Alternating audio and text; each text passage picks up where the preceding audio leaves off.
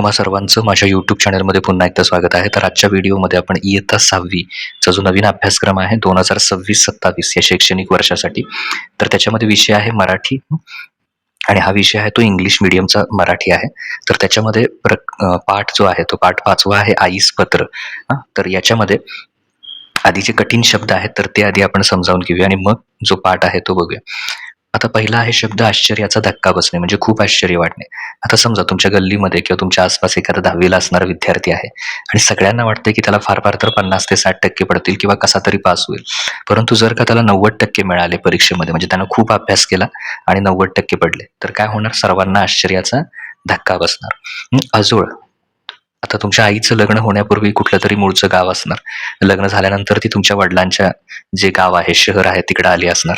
तर आईचं जे मूळ गाव आहे त्याला म्हणायचं आजोळ. खजिना, मौल्यवान संग्रह. तर बघा, तुमचा लहानपणीचा जर फोटो अल्बम्स असतील, काहीतरी ठेवला असेल, तर तुम्ही जो ठेवलाय त्याला तुम्ही खजिना हा शब्द वापरू शकता. कारण का, तो तुमच्या लहानपणीचे फोटो असतील, काही असतील, तर तुमचा मौल्यवान म्हणजे खूप किमतीचा संग्रह आहे. पणजी, आजीची किंवा आजोबांची आई. तुमच्या आईची आई असेल किंवा आईचे वडील, वडिलांचे वडील, तर त्यांची आई म्हणजे तुमची पणजी. आनंद थोडक्यात काय, तर तुमच्या तुमच्या वडिलांची आई, वडिलांची आजी म्हणजे पणजी. आनंद गगनात मावेनासे होणे, म्हणजे खूप आनंद होणे. तर समजा यावर्षी तुम्हाला 6वी ला खूप चांगले मार्क मिळालेत, तर तुमचा आनंद गगनात मावेनासा होईल. म्हणजे काय, तुम्हाला खूप आनंद होईल. चविष्ट, चवदार, रुचकर. तर समजा आईनं आज काहीतरी एक पदार्थ केला, तुम्हाला तो खूप आवडला, तर तुम्ही कुठला शब्द वापरू शकताय मराठीमध्ये, की आज जे आहे, आज जे तू केलंस ते फार चविष्ट झालंय. असं तुम्ही पनीर केलं आईनं, तर ते खूप चविष्ट झालं, म्हणजे त्याची चव खूप चांगली झाली आहे, असं सांगू शकता. मिलाप, संगम, म्हणजे 2 गोष्टी एकत्र येणं, 2 किंवा 2 पेक्षा जास्त एकत्र येणं, संगम. दंग होणं, रमून जाणं. तर बघा, एखादं नाटक आहे, एखादा चित्रपट आहे, तर ते चित्रपट बघत असताना तो 3 तासाचा असतो. पण आपण त्याच्यात रमून जातो, म्हणजे कधी 3 तास संपले ते कळत सुद्धा नाही. जर चित्रपट चांगला असेल तर त्याला म्हणायचं दंग होणे, रमून जाणे. तर हे सगळे शब्द आहेत. आता आपण मेन जो पाठ आहे तो बघूया. तर काय केलंय, आईस पत्र. आता पत्र लिहिण्याची जी पद्धत आहे ती आता जवळ बंद झालेली आहे. फक्त काही ऑफिशियल असतील, म्हणजे कार्यालयीन पत्र असतील, एका ऑफिसमधून दुसऱ्या ऑफिसमध्ये, तर तशी पत्र फक्त राहिलेत. नातेवाईकांनी एकमेकांना पत्र पाठवण्याची पद्धत फार म्हणजे आता जवळ संपलेली आहे, कारण WhatsApp आलेला आहे, बाकी ऑनलाईन मीडिया आहे. त्यामुळे पत्र पाठवणं कदाचित तुमच्यासाठी म्हणजे थोडं नवं आहे. कारण ज्यावेळी समजा मोबाईल नव्हते किंवा फोन वगैरे पण नव्हते, तर त्यावेळी लोक एकाकडून दुसऱ्याकडे निरोप द्यायला काय करायचे, पत्र लिहायचे. तर तसं आईस पत्र लिहिलेलं आहे, इथे दिनांक टाकलेला आहे. तर पत्र ही काय असतात, आता आपण WhatsApp मेसेज असतो तर एक 2 ते 3 ओळी, 4 ओळीमध्ये लिहितो. पण पत्र काय होतं, आपण बऱ्याच दिवसांनी लिहितो एकाचं दुसऱ्याला, त्यामुळे ते असं मोठं असतं. त्याच्यात आपली सगळी जी भावना आहे ती काय केलेली असते, व्यक्त केलेली असते. कारण सारखं पत्र लिहिणं, जसं तुम्ही WhatsApp मेसेज सेकंदाला, मिनिटाला करू शकता, तर पत्र लिहिणं पूर्वी काय होतं, ते पत्र लिहायचं, मग ते पुढे पाठवायचं. मग त्यासाठी मधला काळ जाणार. तर एवढ्या सगळ्या कालावधीमध्ये एखादं पत्र होत असेल तर मग ते त्याच्यामध्ये डिटेलमध्ये सगळं लिहिलेलं असायचं. तर तेच आहे इथं, तीर्थरूप आईस शिरसाष्टांग नमस्कार. तर लिहिताना काय आहे, पत्र लिहिताना जो व्यक्ती आहे, तुमची आई असतील, वडील असतील, तर त्यांना सन्मान देणं.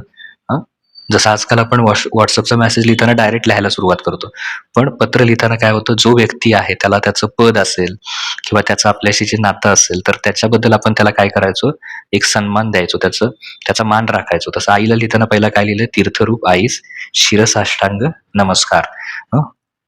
साष्टांग नमस्कार म्हणजे पूर्ण डोकं टेकून नमस्कार असा अर्थानं, म्हणजे खूप आदर व्यक्त केलाय आईसाठी. तर पत्राला आता सुरुवात होते. माझं पत्र मिळाल्यावर तुला आश्चर्याचा धक्का बसला असेल ना. बघा, प्रश्न विचारला, की धक्का म्हणजे नक्की तुला धक्का बसला असेल. ओवी रोज तर आपल्याशी फोनवर बोलते, मग अचानक तिने आपल्याला पत्र का बरं लिहिलं असेल, असा प्रश्न तुला पडला असेल ना. असा प्रश्न पडला असेल ना तुला. तर बघा, ओवीनं काय केलेलं आहे, आपल्या आईला पत्र लिहिलेलं आहे. आता हे फोनची सुविधा उपलब्ध आहे, सगळं उपलब्ध आहे, तरी पण तिनं काय केलंय, आईला आपल्या पत्र लिहिलंय. मग अचानक आपल्या मुलीनं आपल्याला पत्र लिहिलंय म्हटल्यावर नक्कीच आईला धक्का बसला असेल ना, असं ती आईला विचारते. ओवी रोज तर आपल्याशी फोनवर बोलते, म्हणजे फोन आहे तिच्याकडे. फोनवर बोलते. मग अचानक तिने आपल्याला पत्र का बरं लिहिलं असेल? असा प्रश्न पडला असेल ना तुला? असं ती आईला विचारते. नक्कीच आईला धक्का बसला असेल, हं, की तिनं अचानक पत्र लिहिण्याचं का ठरवलं? तर आता पुढे बघूया आपण. मी सुट्टीत इथे आजोळी राहायला आल्यापासून आपण फोनवर बोलतो. आजोळी म्हणजे ती आईच्या घरी, मूळच्या घरी. म्हणजे आई लग्न करून वडिलांकडे आली, पण त्याच्या आधी जी तिथे होती ते तिचं मूळ घर होतं. तर ती आजोळी राहायला गेली. आल्यापासून आपण रोज फोनवर बोलतो. पण आज आजीने मला तिने जपून ठेवलेल्या पत्रांचा खजिना दाखवला. तर बघा, मी मगाशी खजिना शब्द सांगितला. खजिना म्हणजे तुमच्यासाठी मौल्यवान वस्तू. खजिना म्हणजे काय दागिनेच असले पाहिजेत असं नाही. तर ज्या तुमच्या आठवणी आहेत, जसं की आता तुमच्या मोबाईलमध्ये तुमचे फोटो आहेत. काही वर्षांनी तो तुमच्यासाठी काय असणार आहे? खजिना असणार आहे. तर आजीनं जपून ठेवलेला कशाचा खजिना? पत्रांचा खजिना दाखवला. आजी लग्न करून सासरी आल्यावर पणजीने आजीला लिहिलेली सगळी पत्र काय केली होती? आजीने जपून ठेवली होती. म्हणजे जी ओवी आहे, जिनं हे पत्र लिहिलंय, तिची ही आई आहे. आई हे पत्र वाचते. तर तिच्या आईची आई, हं, ती सुद्धा आपल्या काय करत होती? पणजीला म्हणजे पत्र लिहित होती. हं.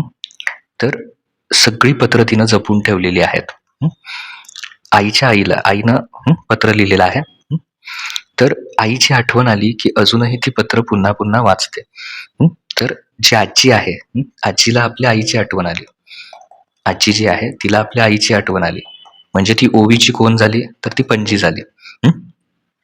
तर आजी जेव्हा-जेव्हा आईची आठवण आली, की अजूनही ती पत्र पुन्हा-पुन्हा काय करते? वाचते. फोनवर बोलण्यापेक्षा पत्रामधून आपलं मन मोकळं करण्याची कल्पना मला फारच आवडली. आता जेव्हा तिनं पत्र बघायला सुरुवात केली, की पूर्वी लोकं कशी पत्र लिहित होती. तर ती जी पद्धत आहे, ती जी कल्पना आहे, ती मला फार आवडली असं ओवी म्हणते. म्हणून मी ही पत्र लिहायचं ठरवलं. म्हणजे फोन वगैरे सगळं उपलब्ध आहे, पण तिला ते जुनी पत्र सगळी बघितली. त्या लिहिण्याच्या पद्धती बघितल्या आणि तिलाही वाटलं, की आईला फोन तर आपण करतोच, पण आपण काय करूया? पत्र लिहूया. तर तिनं ते पत्र लिहिलं. आजी म्हणाली, "पूर्वी आम्ही सारे जण पोस्टमन काकांची आतुरतेनं वाट बघायचो." आता पोस्टमन काका कोण? की जो ही सगळी पत्र घेऊन यायचा. त्यावेळी बाकी फोन, WhatsApp वगैरे काही नव्हतं आजीच्या वेळेला. मग तो जो पोस्टमन काका जर आला तिथे गल्लीमध्ये आला तर तो आपलं पत्र घेऊन आला असेल आतुरतेनं. म्हणजे खूप आशेनं वाट बघायची, की हां, आपल्यासाठी सुद्धा एखादं पत्र असेल. आपल्या आवडत्या व्यक्तीने आपल्याला लिहिलेलं पत्र पोस्टमन काकांकडून मिळालं, की आमचा आनंद गगनात मावेनासा व्हायचा. म्हणजे जसं की आता ती पणजी आहे तिला हं, किंवा आजी आहे, ओवीची आजी आहे. तर ती आपल्या आईच्या पत्राची वाट बघत असेल, तर तिचं पत्र येईल म्हणून ती काय व्हायचं, तर आनंद गगनात मावेनासा व्हायचा. म्हणजे खूप आनंद व्हायचा, की चला पत्र मिळालं जर पोस्टमन काकांकडून आपल्याला. कारण एकमेकांना जे लांबचे व्यक्ती आहेत त्यांच्याशी संपर्क साधण्यासाठी फोन नव्हता. तर त्यासाठी काय होतं? पत्र होतं. तर त्यावेळी आजी काय म्हणते, की असं एखादं जर पत्र पोस्टमन काका घेऊन आला, तर आनंद गगनात मावेनासा व्हायचा. त्याच्यानंतर पुढे आहे, "आई मी इथे खूप मजा करत आहे." म्हणजे आपल्या आजोळी आजीकडे काय सांगते ओवी, खूप मजा करत आहे. हिरवेगार डोंगर, झुळझुळ वाहणारी नदी, पिकांना बहरलेलं शेत, डोलणाऱ्या गवत फुलांचं माळरान. सगळ्या निसर्गामध्ये ती फिरते आहे सगळीकडं. असं निसर्गाचं सुंदर रूप पाहायला गावातच यायला हवं. म्हणजे हे जर सगळं पाहायचं असेल, तर हे शहरात नाही बघायला मिळणार. तर त्यासाठी गावात यायलाच हवं, असं ओवी म्हणते आपल्या आईला पत्रातनं. आता दरवर्षी सुट्टीत मी आजीच्या गावाला यायचं ठरवलं. तिनं ठरवलंय, मनाशी पक्क केलंय, की प्रत्येक मे महिन्याच्या सुट्टीमध्ये आजीकडे यायचं. आजीच्या हातची भाजी-भाकरी एवढी चविष्ट लागते. चविष्ट म्हणजे खूप आपण मगाशी शब्द बघितला, की त्याची चवदार म्हणजे खूपच असं वाटतं, की खाण्यास म्हणजे खायला खूप आवडतं ते. त्याला म्हणायचं चविष्ट, चवदार. हं. चविष्ट लागते, की मला पिझ्झा, बर्गरची मुळीच आठवण येत नाही. म्हणजे शहरात असले, की ती आईकडे असली, की इकडं-तिकडं पिझ्झा, बर्गर खायची तिला सवय. तुम्हीही खात असाल. पण तिच्या हातची भाजी-भाकरी खाल्ली, की तिला आता पिझ्झा, बर्गरची ओवीला आठवणच होत नाही. काल मी आजोबांबरोबर देवळात कीर्तन ऐकायला गेले होते. हं. ती काय म्हणते, आजोबांबरोबर देवळात कीर्तन ऐकायला गेले होते. कथा, काव्य आणि नाट्य यांचा सुंदर मिलाप म्हणजे कीर्तन. कीर्तनामध्ये काय असतं? कथा पण सांगितलेली असते, गोष्ट पण असते, काव्य असतं, कवितेसारखा भाग असतो. नाट्य थोडा जसं नाटक वगैरे बघितलं असेल, अभिनय असेल, तर तो असतो त्याच्यामध्ये ॲक्टिंग. पोएम, काव्य म्हणजे पोएम, कथा म्हणजे स्टोरी. तर हे सगळं मिळून काय असतं? कीर्तन असतं. असे आजोबा का म्हणाले ते कीर्तन ऐकल्यावरच मला समजलं. आणि मलाही तुम्हाला इथे हेच सांगायचं आहे, की मी कीर्तन म्हणणं वेगळं आणि तुम्ही स्वतः कीर्तन ऐकणं वेगळं. तुम्ही स्वतःहून ज्यावेळी बघाल, त्यावेळी तुम्हाला आणि हल्ली तुम्हाला इकडे-तिकडे जायची गरज नाही. YouTubeवर तुम्ही एखादं कीर्तन बघितलं, तुम्हाला पहिल्यांदा थोडं वेगळं वाटेल, पण नंतर तुम्हाला समजेल, की खरंच किती सुंदर मिलाप आहे. मिलाप आपण शब्द बघितला, की संगम, या सगळ्याचा संगम. तिन्ही गोष्टी तुम्हाला यात बघायला मिळतात. एकत्र दिसतात. याला म्हणायचं मिलाप. कीर्तनाचा कार्यक्रम एवढा रंगला, की 2 तास कसे गेले ते समजलेच नाही. म्हणजे 2 तास, जसं एखादा चित्रपट तुम्हाला आवडला, मूव्ही एखादी आवडली, पिक्चर आवडला एखादा, तर 3 तास कसे गेले समजत नाही. तसं तिला 2 तास कसे गेले ते समजलंच नाही. सगळेजण कीर्तनात दंग होऊन गेले. दंग म्हणजे आपण बघितलं मगाशी, त्याचा अर्थ दंग म्हणजे काय होतं? रमून जाणं, की वेळ कसा गेला ते कळालंच नाही. दंग होऊन गेले होते. आजोबा रोज शेजारच्या मुलांना गोष्टी सांगतात. त्यांच्या आजूबाजूला जी मुलं आहेत त्यांना आजोबा काय करतात? गोष्टी सांगतात. रात्री जेवण झाले की मोकळ्या आभाळाखाली चांदण्यात ह्या गोष्टींचा कार्यक्रम रंगतो. रात्रीचं जेवण झालं की काय होतं? संध्याकाळी मोठ्या आभाळाखाली चांदण्यात या गोष्टींचा कार्यक्रम रंगतो. या मुलांना भेट म्हणून देण्यासाठी गोष्टींची काही पुस्तकं आजोबांना हवी आहेत. तर मुलांना भेट म्हणून देण्यासाठी गोष्टींची काही पुस्तकं आजोबांना हवी आहेत. तू ती मुंबईहून येताना काय कर? नक्की आण. म्हणजे जी ओवी आहे, ओवीची आई कुठे राहते? मुंबईमध्ये, आणि ती आजोळी आलेली आहे, म्हणजे आपल्या आजीच्या गावी आलेली आहे. तर ती म्हणते की इथल्या आजोबांना काय करायचं आहे? मुलांना पुस्तकं भेट द्यायची आहे. तर तू घेताना काय कर? नक्की आण. आणि हो, आजीने तुला निरोप दिला आहे की सुट्टी संपत आल्यावर मला न्यायला येशील, तेव्हा 4 दिवस राहायलाच ये. त्यावेळी काय कर? 4 दिवस तू राहायला ये. म्हणजे आलीस, 1 दिवस तिला घेतलंस आणि लगेच मुंबईला गेलीस, असं करू नकोस. तर 4 दिवस राहायच्या उद्देशानं तसे कपडे घेऊन ये. तसे सगळं तुझं साहित्य घेऊन ये. अशा अर्थानं आजीनं निरोप दिलाय असं ती सांगते. आई, तू हे पत्र वाचलेस की याचं उत्तर तू पत्रातूनच मला पाठव. आता बघा, समजा तिचं पत्र मिळालं आणि आईनं फोन केला, तर फोनचं एक 5 मिनिटातच होऊन जाईल. बरोबर? सगळं 5 मिनिटात. "अरे वाह! छान लिहिलंस, वेगळा प्रयोग" असं. पण तू पण मला पत्रच लिही. कारण ही जी पत्राची भाषा आहे, बघा ती आईशी कसं बोलते, असं आपण फोनवर वगैरे असं बोलू शकत नाही. ही गंमत पत्रामध्येच आहे. तर म्हणून ती म्हणते, की "तू मला फोन करू नकोस, की पत्र कसं लिहिलंयस ते. तू पत्रातूनच मला पाठव." त्याचीच खरी गंमत आहे. मलाही पत्र मिळाल्याचा आनंद अनुभवायचा आहे.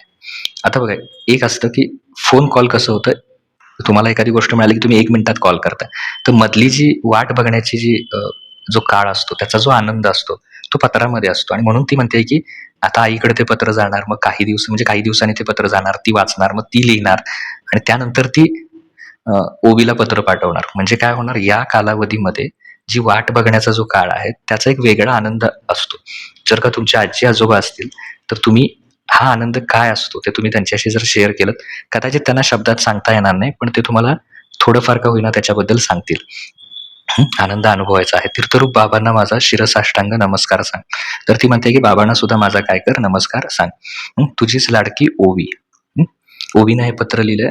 तिला फोनही करता येऊ शकतो आईला, पण तरीही तिनं ठरवलंय की आपल्या आईला आपण काय लिहायचं? पत्र लिहायचं. तर कशाप्रकारे पत्र लिहिलंय बघा. म्हणजे तुम्ही हा प्रयोग करू शकता. म्हणजे जे शिक्षक आहेत, तर ते शिक्षक काय करू शकतात? मी त्यांना जरा रिक्वेस्ट करतो याच्यातून, की एक पत्र मुलांना काय करा? आईला किंवा वडिलांना, कुणालाही एक पत्र लिहायला सांगा. आणि अगदी ओवीनं लिहिलंय तसं पत्र नाही जमणार तुम्हाला, पण तुम्ही काय करू शकता? स्वतः तुमच्या ज्या भावना आहेत, त्या तुम्ही त्या पत्रातनं व्यक्त करू शकता. ओके. तर असा प्रयत्न प्रत्येक शाळेत प्रत्येक मुलांनी जर केला आणि स्वतःहून केला, असं नाही की शिक्षक सांगतायत, मग ते काहीतरी होमवर्क दिलाय म्हणून ते करा, असं करू नका. तर तुम्ही स्वतः काय करा? त्याच्यामध्ये भाग घ्या. शिक्षकांनीही सुचवा, पण त्याच्यामध्ये कुठेही ते होमवर्कचा पॅटर्न असू नये, की होमवर्क प्रमाणेच हे सगळं चाललंय, असं नको. त्यातली ती जी मजा आहे, ती मजा अनुभवण्यासाठी, तो आनंद आहे, जसं इथे म्हटलंय मला आनंद अनुभवायचा आहे, तर तो आनंद मिळण्यासाठी ती कृती करायची आहे. आणि हाच नवीन अभ्यासक्रमाचा उद्देश आहे. ओके. तुम्हाला हा व्हिडिओ कसा वाटला ते मला कमेंट सेक्शनमध्ये नक्की सांगा. पुढील व्हिडिओमध्ये आपण याचा जो स्वाध्याय आहे, प्रश्न उत्तर आहे, तर ती बघूया. Thank you.